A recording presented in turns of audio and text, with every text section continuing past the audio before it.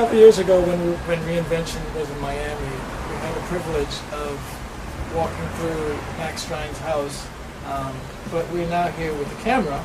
And so, Max, tell us a little bit about your house here at Coconut Grove.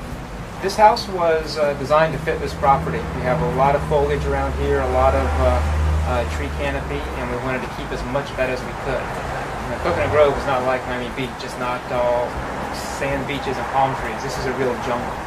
And the influences of this house are kind of a combination of some Balinese architecture and also some mid-century modern American architecture. Okay. Well, let's go inside and take a look at what you did. Tell me, what is the room that we're in here? This space. This is our living room, and we have a mixture of concrete floors, just polished concrete. We have some paneling on the walls. This kind of soften the look, and these are impact doors and windows. So when the hurricanes come by, you get to watch it all happen outside, which can be a little scary too. Okay. Now you talked about the house having mid-century and the Balinese. Where is that at play in this space here? Mostly the mid-century stuff is upstairs, and we'll be up there soon. Okay. But you still notice some clean lines and just kind of attention to detail here. Right. Okay.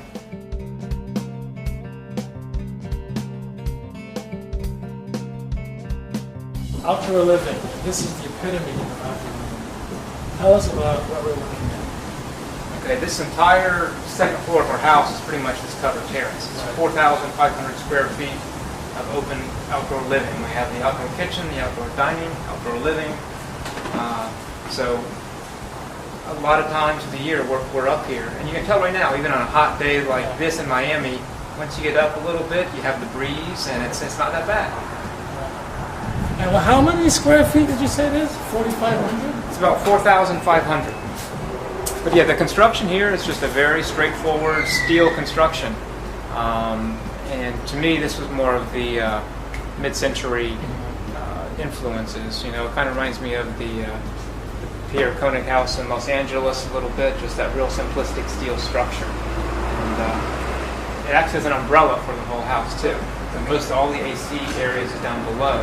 So it really keeps our cooling bills in check. So basically the entire space is broken up into 3 separate sections. You have a living, an eating, and a cooking. Mm-hmm. This is my favorite place in the house right here. And as I said, it's good for entertaining, and it's also good for if I'm just taking a nap up here on a given Sunday. Now the site is lush with landscaping. Tell us a little bit about what you did and what was here already to achieve this. My wife and I actually lived in the ruins of this house that is right here. This was a little, I don't know, probably 600 square foot house with screen porches around it. That at first I tried to incorporate it into the design of the new house, but it just did not work out well. So we decided to keep the foundation and the chimney and the steps almost as a ruin or a grotto, and placing the swimming pool inside it. So that's what we did there. Well, Matt, we came here some years ago and decided that seeing it again, it looks like I had never seen it before at all. Thank you very much for showing it to us. My pleasure. Come back again in 4 or 5 years. Or sooner.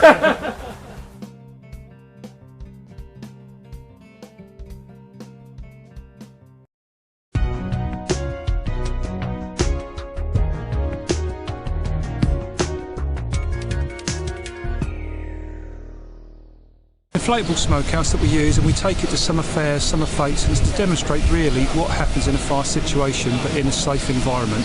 We use synthetic smoke. I say the smokehouse is inflated, and we like to get families, both children and parents, in there and really show them how smoke will activate in a fire.